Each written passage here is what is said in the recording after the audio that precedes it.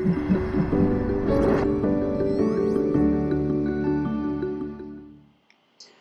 this lecture, I will introduce the idea and the concept of quantum phase transitions. But before we do that, let us review briefly, qualitatively, what a phase transition is, what a thermal phase transition is. These are transitions with which we are quite familiar on a daily basis. So I will take two examples. The first example is just a normal crystal. It could be a piece of metal, it could be a diamond, it could be whatever, some salt, could be whatever, some crystal, which I will draw in 2 dimensions as a square lattice, because it's easy to draw and it illustrates the point I want to make. So this is our crystal in 2 dimensions, and of course we have here finite temperature. So let me just write that T is not equal to 0. And now we ask ourselves, what are these atoms doing in this system? Well, you should remember that the kinetic energy in a statistical system, the average kinetic energy, is proportional to the temperature. Remember, the equipartition theorem tells us that the average kinetic energy is half kT, where k is Boltzmann's constant, multiplied by the number of quadratic degrees of freedom. Let's not count the number of degrees of freedom. Let's just say kinetic energy is proportional to the temperature and use that. If kinetic energy is proportional to the temperature, what will we see here? Well, there's a finite temperature, so this atom here must have finite kinetic energy. So it must be oscillating around its equilibrium position. This atom must be oscillating around this equilibrium position, and so on. So what would happen if I increase the temperature? Well, I increase the temperature, I increase the kinetic energy. Increasing the kinetic energy will increase the excursions of this atom around its equilibrium position, and this atom also, and so on.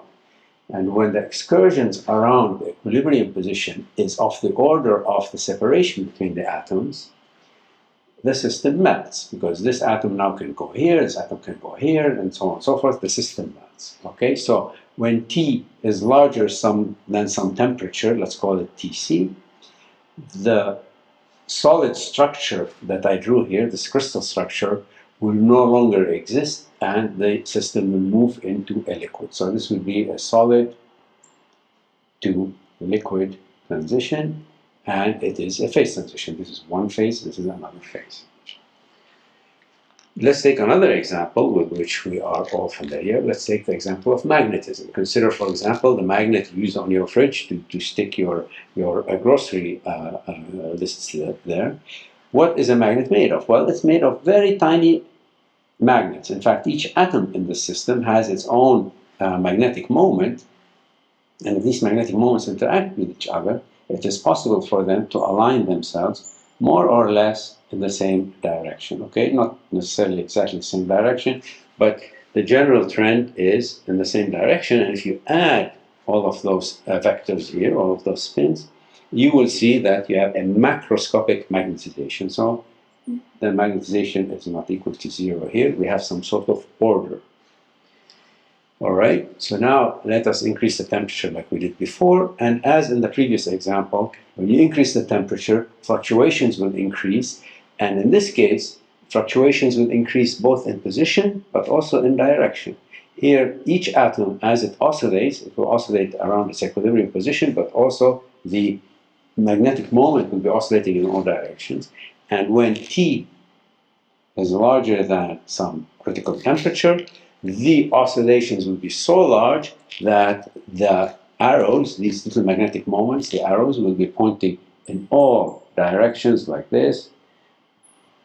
And so when you take the sum, the magnetization will be equal to 0.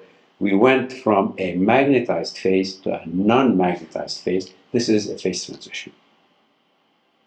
This is a thermal phase transition triggered by the fluctuations in both cases. Here I had order in the form of a lattice, a crystal, which was destroyed by the large fluctuations, which I controlled with the temperature. Here I had order, which is magnetic order. The magnetism was pointing in some magnetic moment was pointing in some general direction. I destroyed that again by increasing the fluctuations which I controlled with the temperature. Now, let us consider these same two previous examples, but we will consider them in the light of quantum phase transitions. Now, if you want to talk about quantum phase transitions, what do we need to do? Well, in the previous examples I just showed, we controlled the fluctuations by changing the temperature. You increase the temperature, increase the fluctuations. You decrease the temperature, you decrease the fluctuations. Well, let's decrease the temperature now, all the way down to 0. What happens? In classical mechanics, at t equals 0, nothing happens. Everything freezes, no movement, no motion, no fluctuations, nothing. But we are not in a classical world now, we are in a quantum world, and as t goes to 0, and the thermal fluctuations die down, they are decrease and decrease and decrease, what we will see coming out, what we will see, what we'll be able to measure more clearly, are the quantum fluctuations. Remember, in quantum mechanics, delta T, delta X greater than or equal to h bar. So as I lower the temperature and the thermal fluctuations are decreasing, I will never be able to get to a point where each atom is fixed at a given site, because delta X times delta P must be larger than this quantity. So there will always be a spread in the particle wave function, and in momentum space there will always be a spread in momentum. So there will always be quantum fluctuations, even at t equals 0. So that's where we will go now. T equals 0, and for this other example also t equals 0. So at zero temperature, the atoms are fluctuating around their equilibrium positions here. Now, let us consider what gave us this crystal structure. This crystal structure formed because the atoms interact with each other. There is a potential landscape, and the atoms organize themselves at the minima of the potential. I repeat, the potential is caused by the interaction between the atoms. Even at zero temperature, the atoms are interacting, and they will sit in the minima of this potential and fluctuate down there. Suppose now I had a way to control this interaction between the atoms. If I make the interaction between the atoms weaker, clearly the effective potential, the minima of this potential, will be shallower and shallower. If I make the interaction weaker, the minima will be shallower. If now I have a shallower minimum, even at zero temperature, the fluctuations will increase because the potential, the confining potential is shallower, so the atoms can slosh around much more freely. And here also.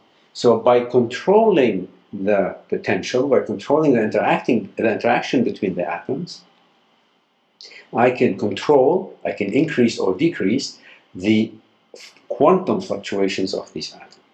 And if I make the quantum fluctuations large enough, the system will melt again.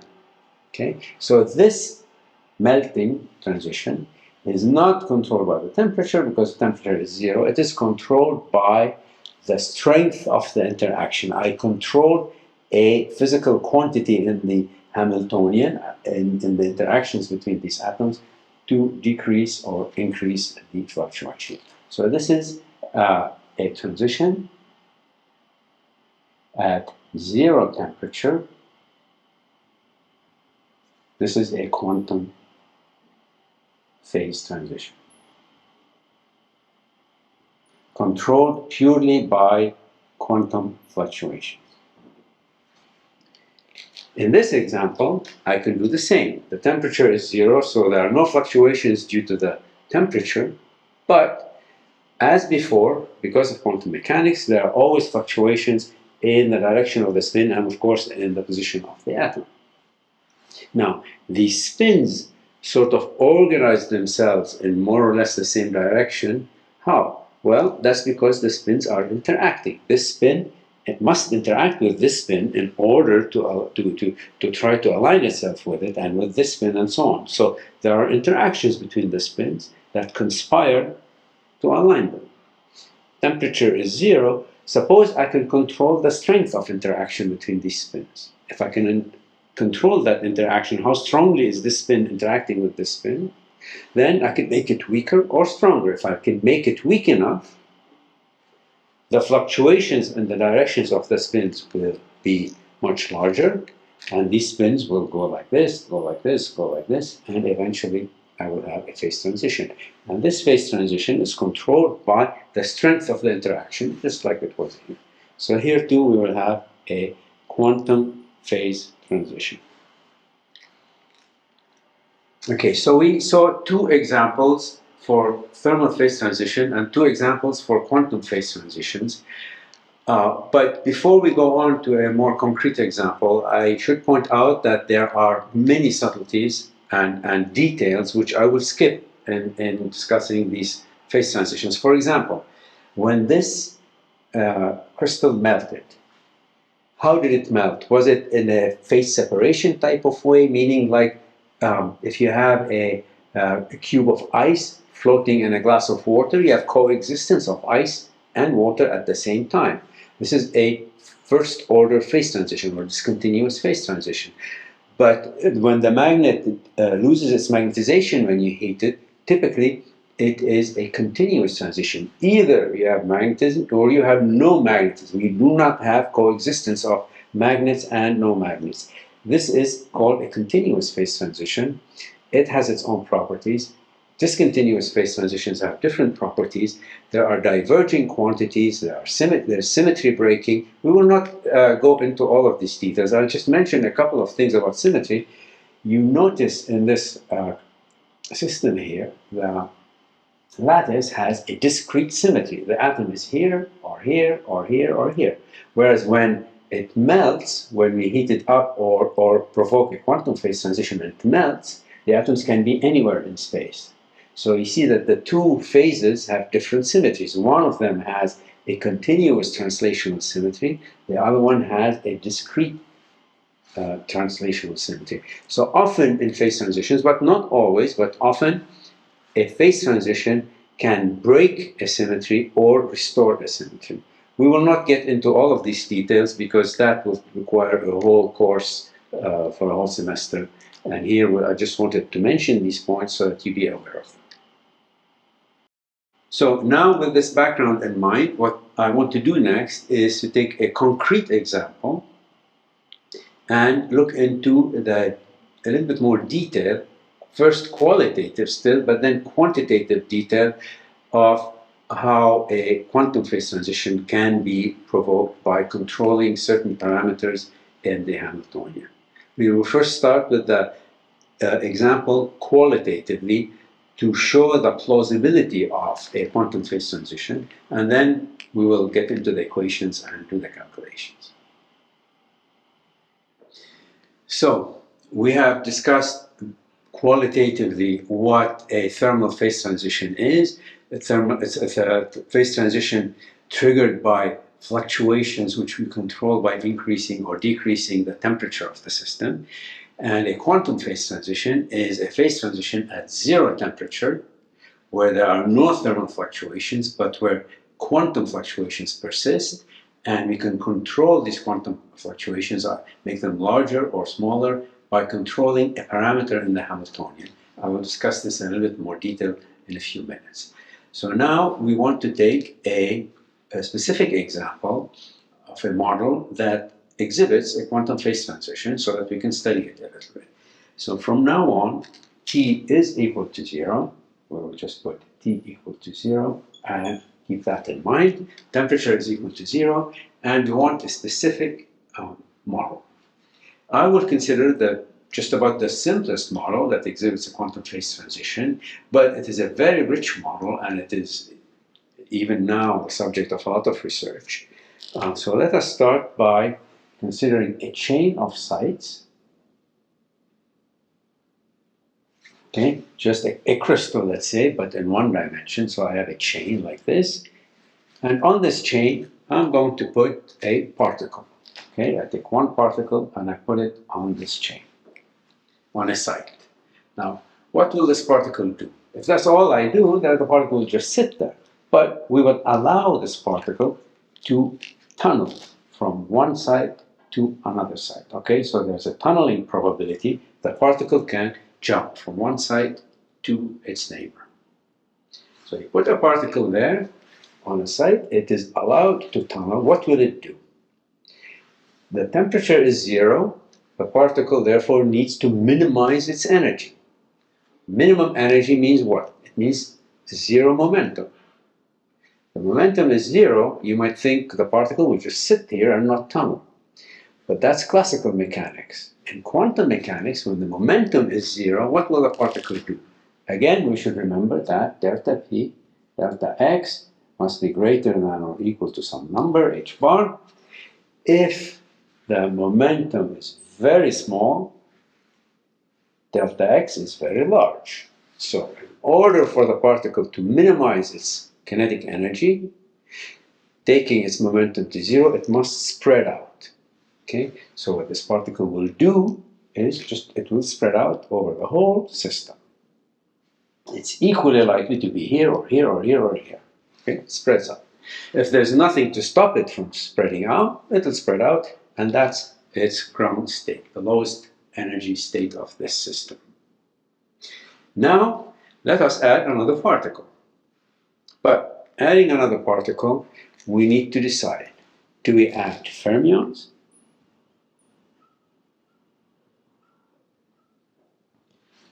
or do we add bosons? Fermions are particles with half odd integer spin. For example, the spin is equal to a half. An example of that would be the electron. Or do I add a boson? Bosons are particles with integer spin. For example, the photon. Or let us take a spin 0 boson. An example of that would be the helium-4 atom. Okay, we need to choose now, because when we have more than one particle, then the statistics of the quantum statistics of the particles will come into play. These particles satisfy Fermi-Dirac statistics, and these particles satisfy Bose-Einstein statistics, and they are very different. In this system, you can only put a maximum of one particle per quantum state, whereas for this system, you can put as many particles as you want. We will choose the simpler system, which in this case is this. Okay? So let us put another boson in here. Okay? I put another boson, another particle, another particle. I put a few particles. Each of these particles wants to minimize its kinetic energy, so each of these particles wants to spread over the whole system, because the temperature is 0. So if this particle is spreading, it will encounter this particle. And this particle is spreading, it will encounter some other particles. And when they encounter each other, there will be an energy cost, a potential energy cost, because these particles, when they meet, they will repel each other. That's the system that we choose. The particles meeting will repel each other. So here there is a lot of space. The way I drew the system here, there's still a lot of space. This particle can spread, this particle can spread. They will meet and they will pay a little bit of energy cost. That's not a big problem. But now, let us make the system more interesting and go and put some more particles in here. Let me draw this again. So I have now the system, but I'm going to put as many particles as I have sites. Okay? So now I have a particle here, a particle here, and on every site I will put a particle. Each of these particles wants to spread. And they spread, but they will interact with each other. Every time two particles meet, they will pay an energy cost. But if this energy cost is small, it is better for the system. The system can minimize its energy better by minimizing the kinetic energy, so the particles spread, than minimizing the potential energy. Okay? If the interaction is small, if the repulsion is small. But suppose I make the repulsion very large now. If the repulsion is very large when two particles meet, if this particle jumps here, trying to spread, it will meet this particle. The potential energy cost would be too large, it has to jump back. Okay, so if it jumps from here to here, it almost immediately has to jump back. So there's still some quantum fluctuations allowed, but the particles cannot really spread out. The particles are sterically confined to their sites because of the interaction. This is controlled simply by the strength of the interaction. If the strength of the interaction is large, the particles are confined to their sites, they cannot really move around.